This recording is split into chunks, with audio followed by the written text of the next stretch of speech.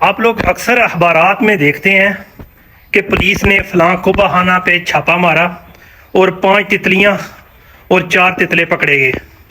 اس طرح کی بڑی بڑی عجیب ورڈ یوز کر کے بتاتے ہیں کہ جناب ہم نے کوبہ خانہ پہ چھاپے مارے ہیں اور اس طرح کے معاملات ہوئے ہیں.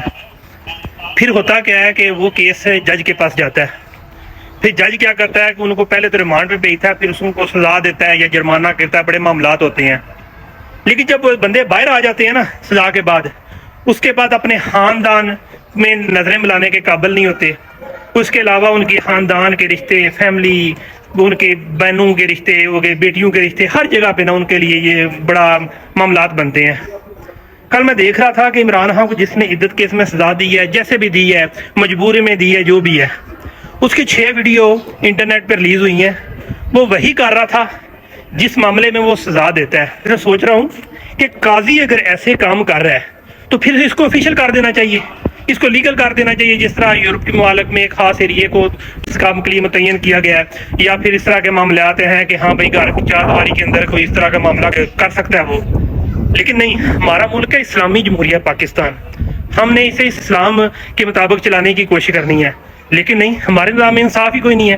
اسلام سے کے مطابق کیسے چلا سکتے ہیں؟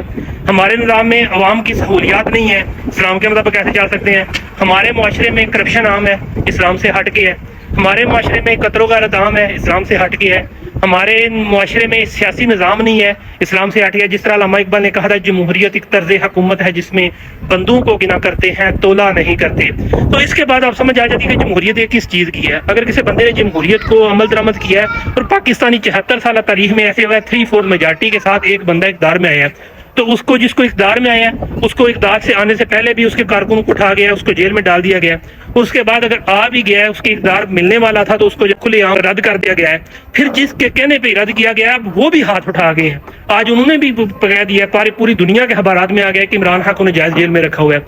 بس مسئلہ یہ ہے کہ ہمارے جو ججز ہیں جن معاملے میں سزائیں دیتے ہیں, بے شک وہ کیس ہو زنا کا, بے شک وہ کیس ہو کرپشن کا, بے شک وہ کیس ہو جائیداد کے اندر کا, یا بے شک وہ کیس ہو اس سے ریگارڈنگ کوئی بھی, لیکن ہر جگہ پہ آپ دیکھتے ہیں کہ وہ خود انوالو ہے. قاضی فائزی صاحب کے سامنے ہے, دوسرے معاملات ہیں. آج چیف جسٹس ہائی کورٹ آ گئی, chief justice Lahore high court آ گئی ہے. اس کے بھی اگر میں معاملے بتاؤں تو میں اس کے پرسنلی بھی جو ہے اس چیز کا وٹنس ہوں.